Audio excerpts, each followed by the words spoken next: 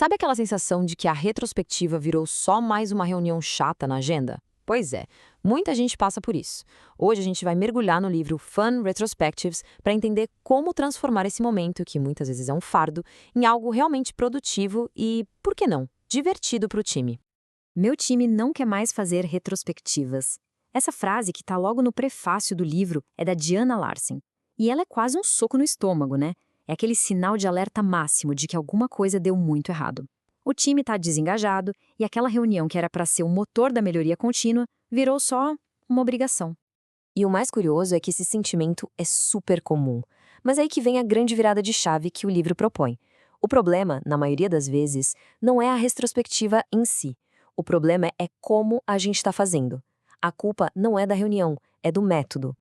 Então, como é que a gente sai desse ciclo? O livro mostra um contraste bem claro. A gente troca aquelas reuniões sempre iguais, monótonas, por atividades diferentes que realmente engajam. A gente substitui aquele receio de falar o que pensa por um ambiente que é estruturado para ser seguro. E o mais importante de tudo, a gente para de ter conversas que não levam a lugar nenhum e começa a gerar ações práticas que melhoram de verdade o dia a dia.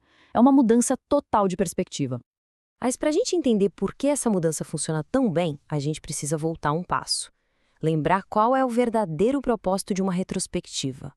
Não é sobre achar culpados, e sim sobre abraçar um conceito muito poderoso: a melhoria contínua, o famoso Kaizen.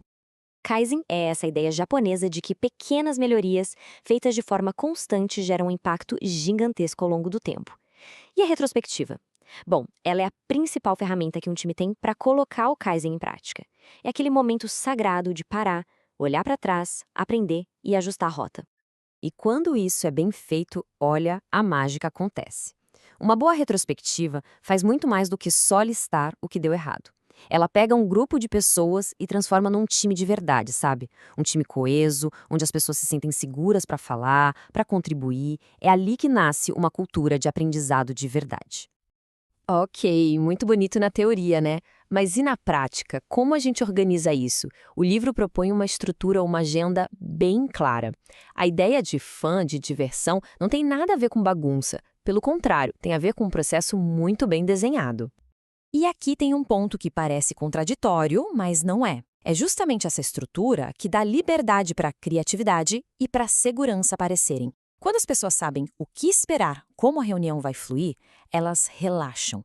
E aí sim se sentem confortáveis para serem abertas e honestas. E essa estrutura se divide em 7 passos. Olha só. Primeiro, a gente define o contexto para todo mundo estar na mesma página. Depois, um passo que é fundamental, a diretiva primária para criar segurança. Um energizador para quebrar o gelo. Um check-in para sentir a temperatura do time. Aí vem o prato principal, que é a atividade central. Depois a gente faz uma filtragem para focar no que importa e termina com um check-out para garantir que a conversa vire ação. Agora, de todos esses passos, o segundo, a diretiva primária, é talvez o mais poderoso. Ler essa frase em voz alta no começo da reunião muda completamente o clima. Ela tira o peso da culpa, do julgamento, ela cria o espaço seguro que a gente tanto precisa para ter uma conversa honesta de verdade. Com essa estrutura montada, a gente chega no coração do livro, a importância de variar, principalmente a atividade do prato principal. Isso leva a uma pergunta bem importante. Ué, mas se a gente já tem uma atividade que funciona, por que fica mudando toda hora? Qual é a necessidade disso? A resposta é bem simples, porque formatos repetitivos levam a respostas repetitivas. O cérebro da gente se acostuma. Quando você muda a atividade, você força o time a pensar de um jeito novo, a olhar para os mesmos problemas por um ângulo diferente. E é aí que surgem os insights que estavam escondidos. Por exemplo, tem a atividade do carro veloz. É uma metáfora, né? O que está nos impulsionando para frente, como se fosse um motor? E o que está nos segurando, funcionando como uma âncora? Outro exemplo clássico é o balão de ar quente. Aqui a gente pensa, quais são as forças que estão nos levando para cima, como o ar quente, e o que está pesando, nos puxando para baixo, como se fossem sacos de areia. Ou então a estrela do mar, que é ótima para pensar em 5 dimensões. O que a gente deveria começar a fazer, parar de fazer, continuar fazendo, fazer mais e fazer menos. São só formas diferentes de chegar no mesmo lugar, a melhoria. Mas não adianta só ter um cardápio gigante de atividades se a gente escolher uma de qualquer jeito. A verdadeira arte da facilitação está no planejamento. O sucesso de uma retro depende muito de como a gente estrutura a conversa dentro da atividade escolhida. E o livro dá uma ferramenta sensacional para isso. A ideia de adicionar camadas, de dar foco. Em vez de uma discussão genérica, o facilitador pode usar colunas ou cores para guiar o time a analisar as coisas sobre óticas diferentes. Deixa eu mostrar como funciona.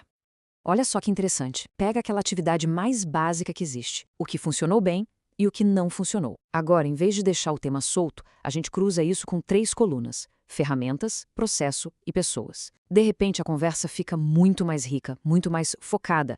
A gente para de falar de forma genérica e começa a ir na raiz dos problemas. Então, o grande segredo é esse, a combinação de duas coisas. Primeiro, uma estrutura sólida, com aqueles 7 passos, que dá segurança. E segundo, uma variedade criativa de atividades para manter a energia lá em cima e os insights sempre frescos. E para a gente fechar, essa citação do livro é uma provocação e tanto. Ela reforça a ideia de que a retrospectiva não é um custo, não é perda de tempo, é um investimento. É o que move a melhoria contínua. E talvez seja o grande segredo para transformar um time bom em um time excepcional.